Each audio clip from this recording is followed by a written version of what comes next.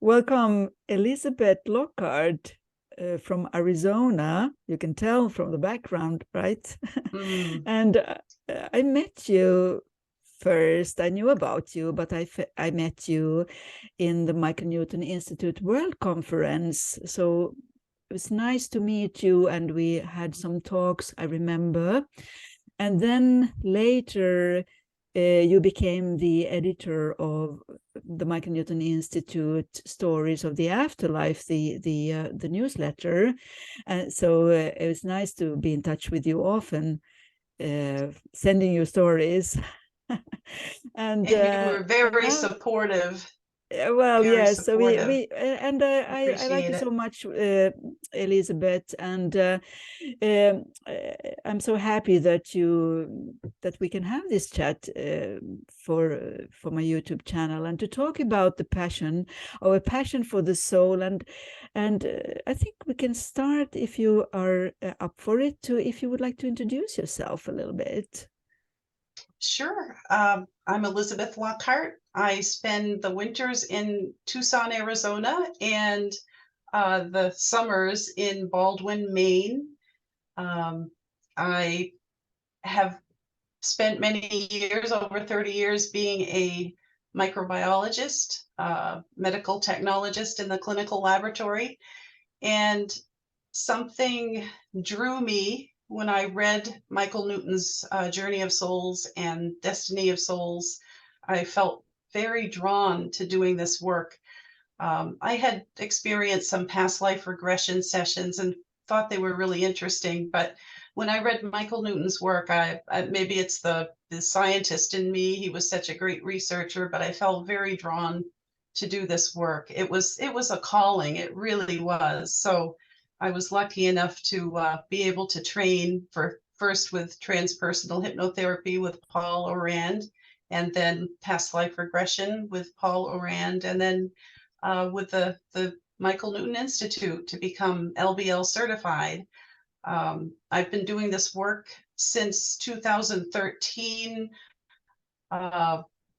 However, my Life Between Lives certification didn't go through until 17. So, but I've had some wonderful experiences, and it is a passion, definitely a passion, a calling. I've learned so much from my clients, and it means so much for me to witness them experiencing some beautiful um, experiences in Yes, not only in sure. past life, but Yeah. in life between lives. Yeah, when they meet their spirit guides for the first time, or meet with their council of elders, and it's very meaningful also when someone has lost someone dear to them, when that person has transitioned into the spirit realm and they're reunited, and the healing that occurs, the messages that are exchanged. I often will cry right along with my clients. It's just so moving. So the passion is there for doing this work, absolutely. And I love meeting people as well. Um, and I find that when I meet people, there there's this open space that seems to envelop us. Um, it's like holding the space, but I actually feel my heart opening up, and being receptive to what our guides, especially my own guides, are sharing with me, and what is coming through intuitively.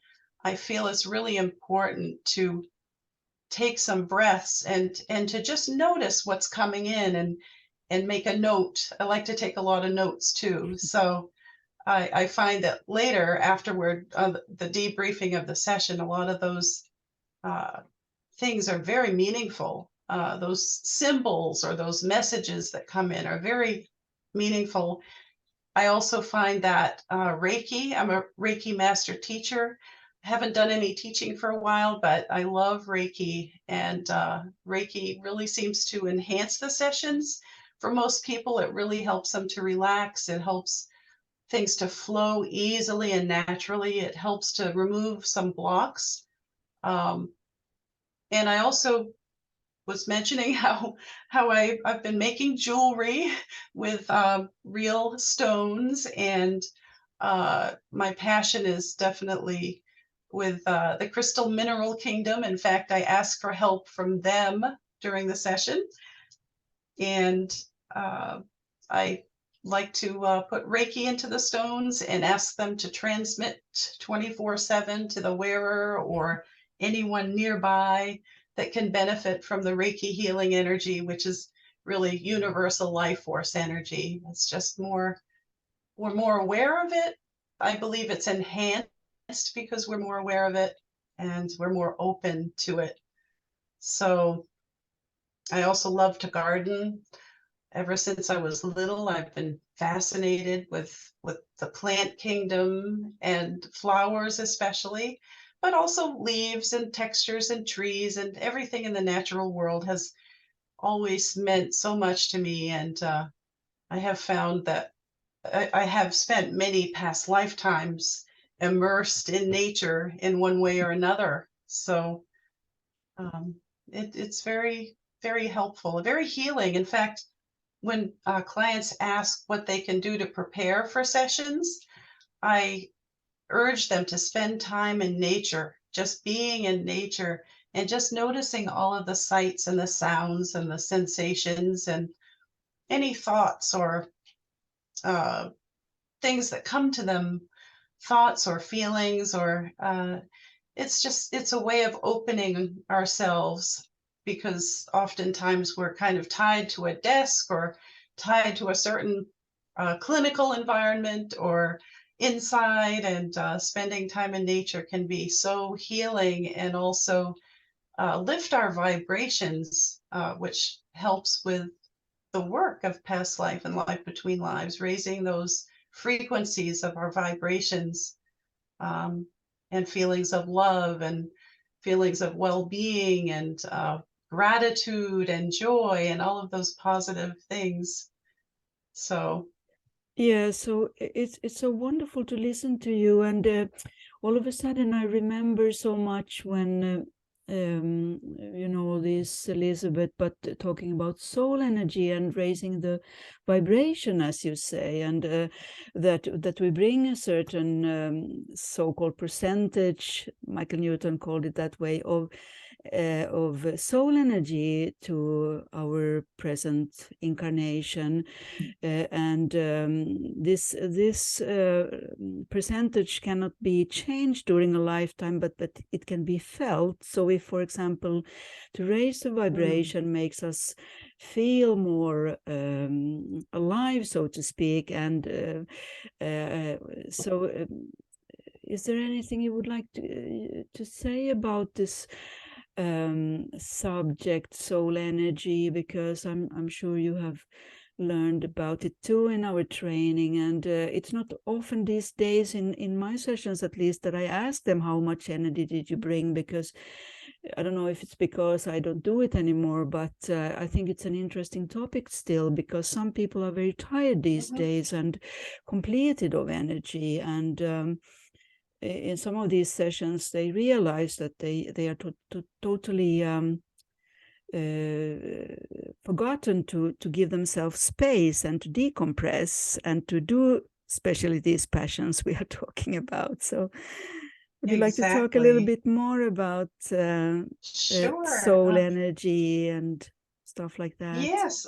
Often, so often my clients want to know how much they brought with them. Really? Yeah. Our analytical mind as a human being, I think, is curious.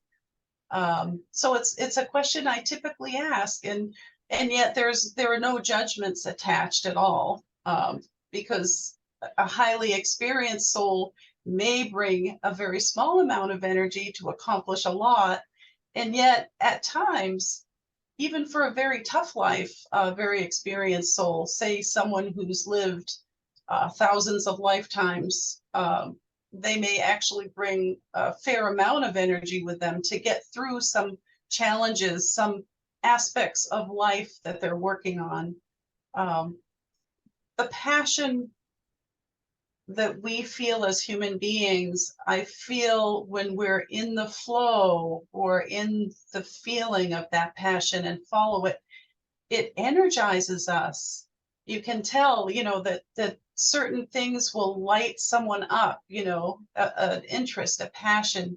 And of course, what feeds our soul, what makes our soul happy, and because our souls are normally in the spirit realm full of joy and full of peace and full of love and well-being and balance and all of those beautiful things. And on earth, of course, it's denser. The frequencies are slower and denser. So to access those soul energies, to feed those soul energies with our loves, our passions, naturally raises our frequency, and so we feel so much so much better, more energized, and we also have more to offer others.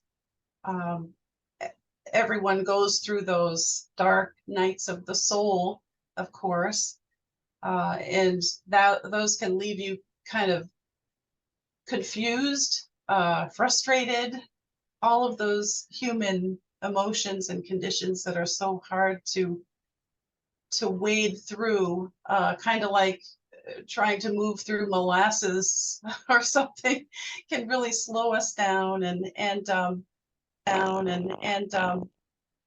not extinguish our light or dim our soul's energy a little bit.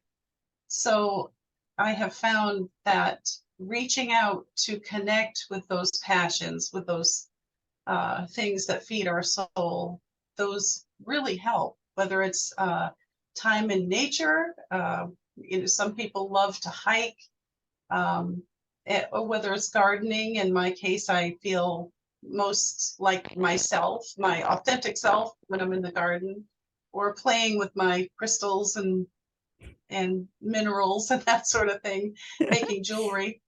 And also baking is something I love to do. I love to experiment with things like muffins and cookies, have a basic matrix, and then I call them kitchen sink creations, because everything tends to go in them, different blends of flavorings and herbs or spices or whatever, but I enjoy that too. Yes, it's like I call it to co-create with God, or what you're going to call it with the universe, or to co-create. Yes.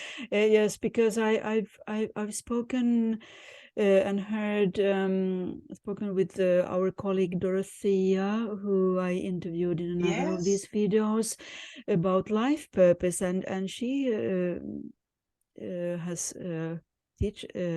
she has been teaching me that also these passions, they point to our life purpose too, because what we love and what we tend to be energized by is also our life, not purpose, but I don't know the word exactly, but what we are here to accomplish, or to.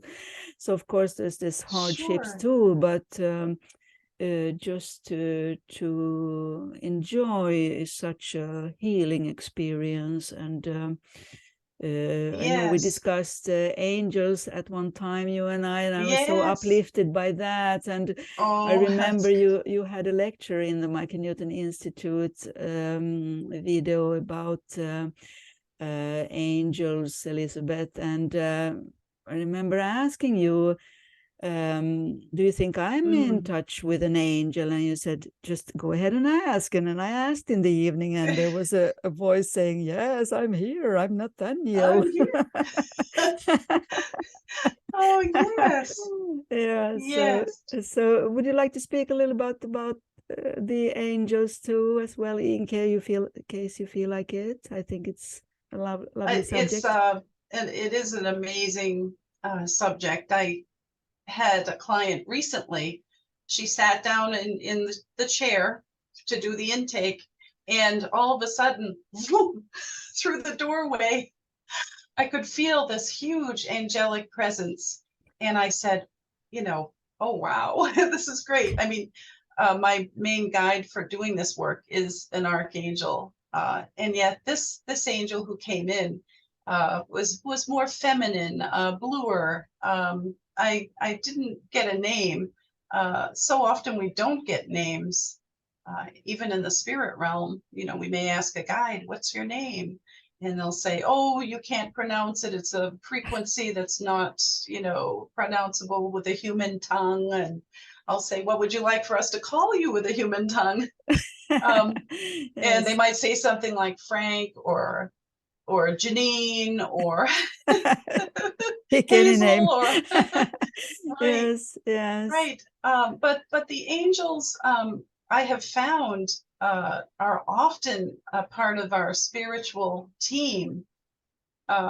They have a different frequency, I think of it as a much higher frequency perhaps than someone who incarnates.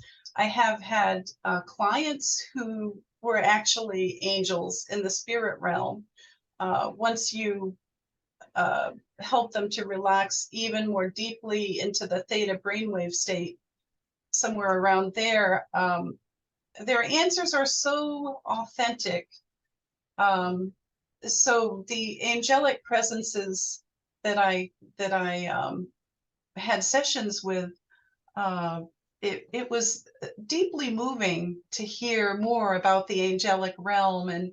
And one particular woman had a lot. She was only 17, and she had a lot of health problems. And I never suspected, you know, what is it, the saying, something, you have entertained angels unaware, or something like that in the Bible. I was very surprised by her past life and life between lives. More importantly, she actually skipped very brief in the past life and then was in the spirit realm and belonged to a group of angels, and they were all learning things and sharing things, and they had a teacher, an angelic teacher.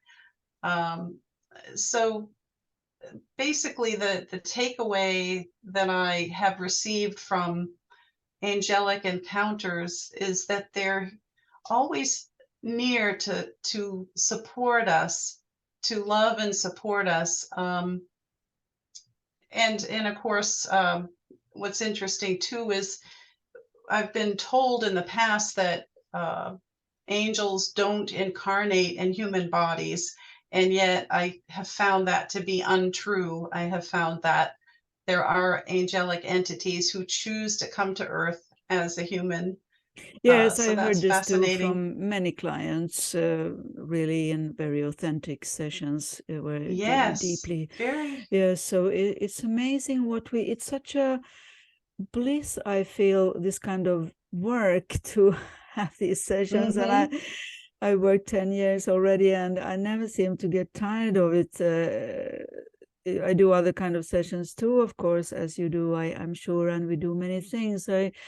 But all these Mm-hmm. passions, and to hear also through clients when they in deep relaxed state get in touch with their true passions, their true core values. It's such a rewarding and moving experience. I feel too. I'm so thankful for this I am possibility. too.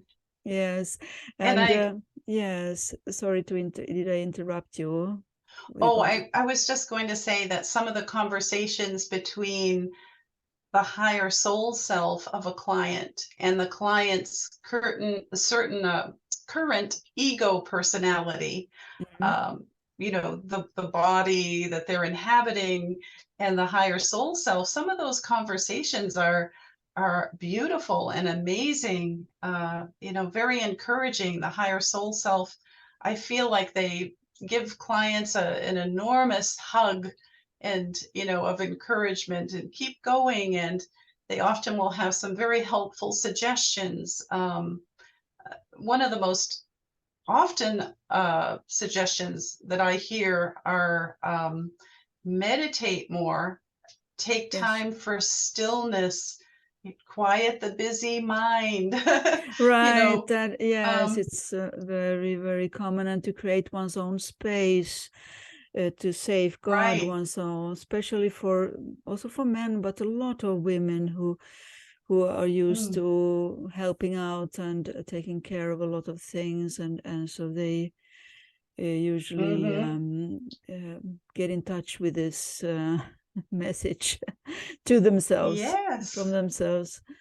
Yes. Yes, and even sometimes healing remedies will come through. Their higher soul self may say, try a certain herb or a certain Sure. tea, or uh, try doing a certain amount of exercise, walk a half hour every day, or most Yeah. every day. Yes. Simple things, and Yes. yet sometimes very specific things as well.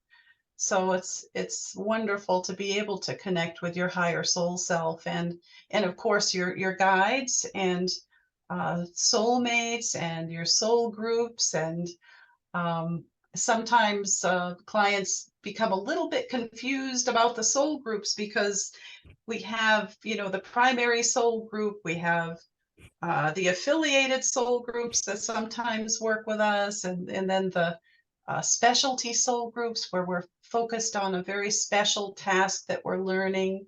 And then we have recreational soul groups. I belong to one where we love to travel, so we'll go into different dimensions and different worlds, and together we'll all just explore, and it's a great deal of fun.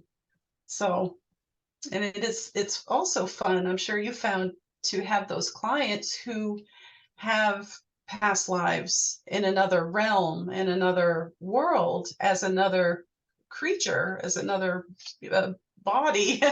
Sure. So those are Yes. fun.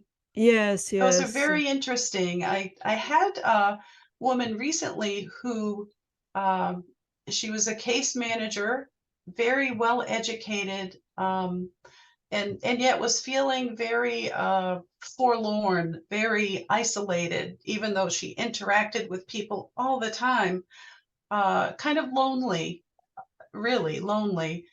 And when she went back to a past lifetime, she experienced not one lifetime, but then the very next lifetime, both of them were as what we call extraterrestrial or alien lifetimes in other bodies. And what was beautiful about these two lifetimes she experienced on different planets and different solar systems, and there were so many details.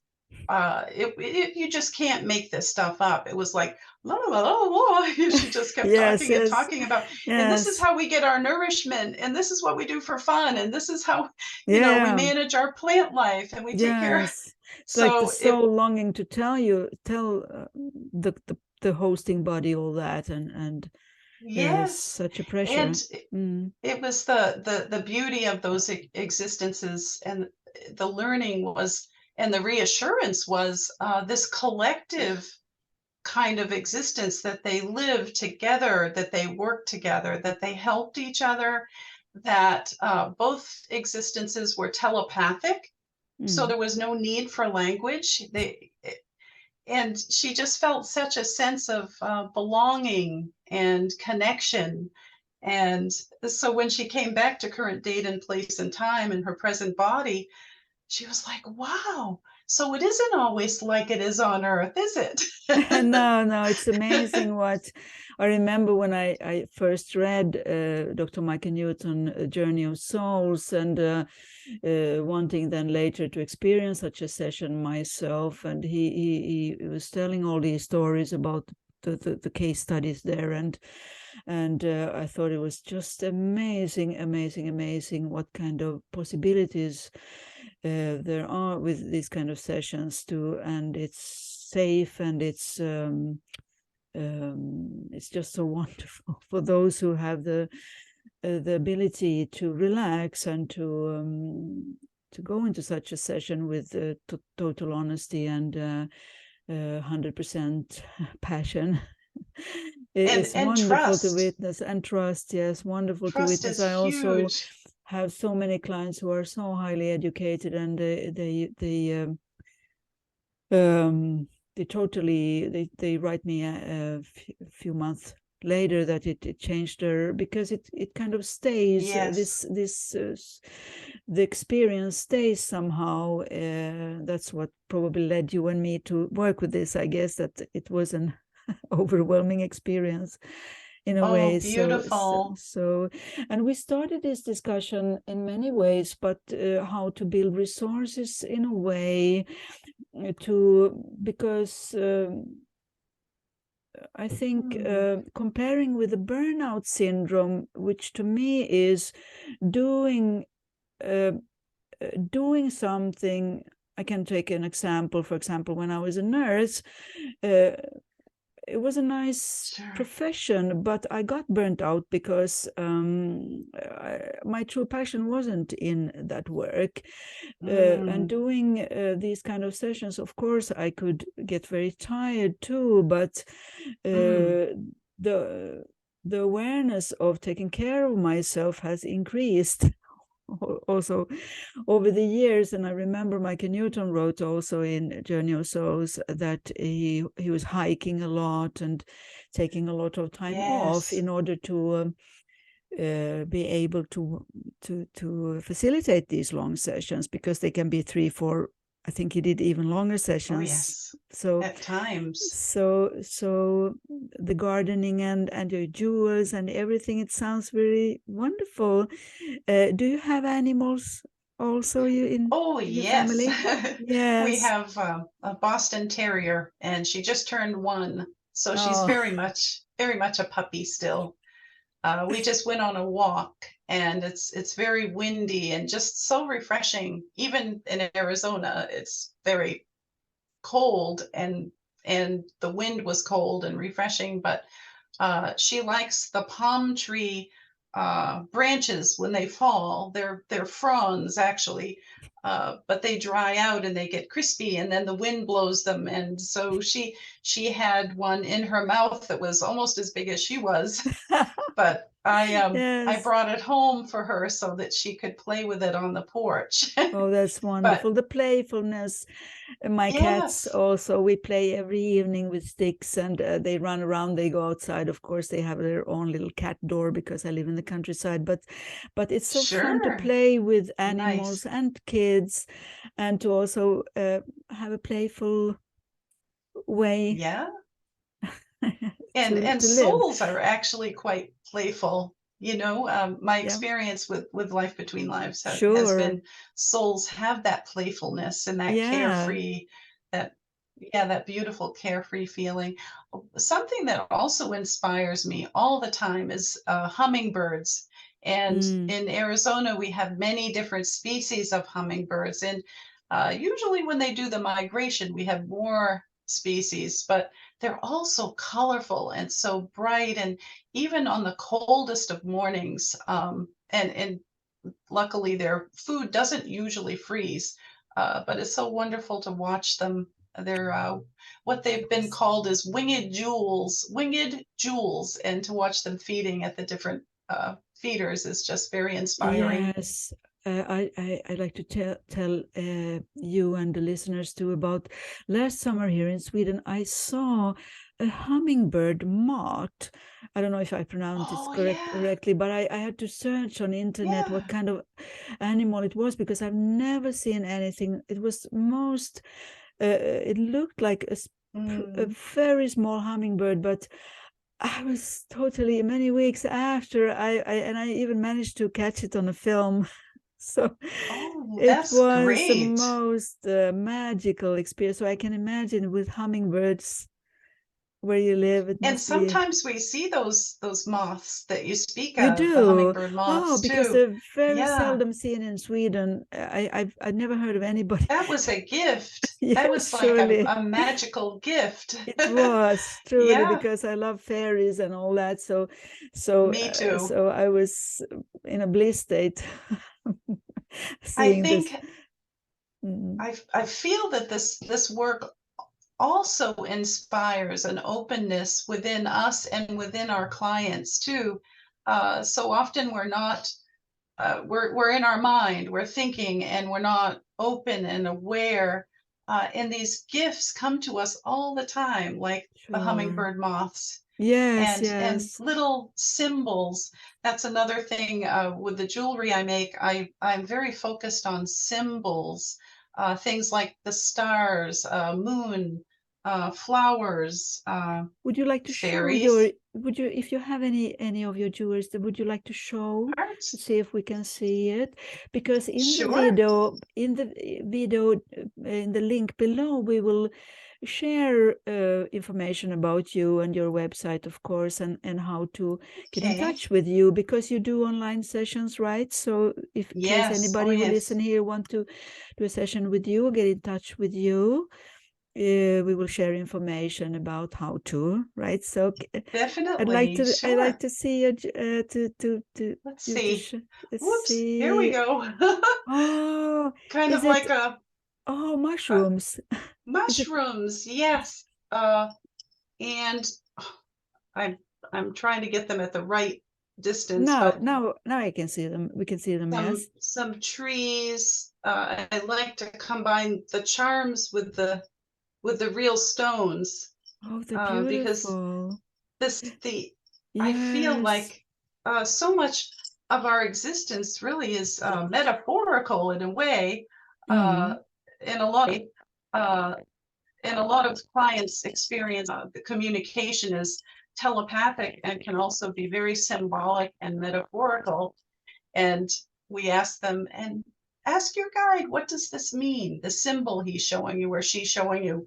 Oh, that, for example, maybe showing a tree of life or something.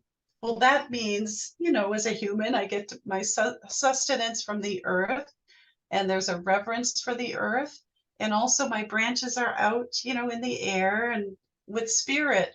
So, and the trunk, of course, is kind of that physical connection.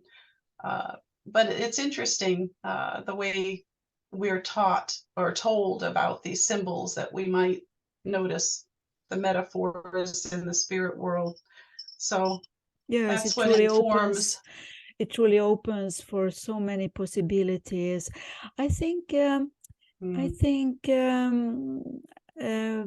I'd like to talk and listen to you much longer, but I've decided to have a little shorter format for my videos in sure. case people are interested to get to know you. They will know how to find you. I hope so, because you're the most wonderful person, Elizabeth. Oh, So I feel the uh, same about you, Rita. thank you. Truly. So I'd like to thank you for your time and for sharing your passion. And so shall we just say goodbye to each other and everybody for now? Sure. Yes. Sure. And thank Okay. you all for listening. Thank you. Thank you. Bye bye. Bye bye.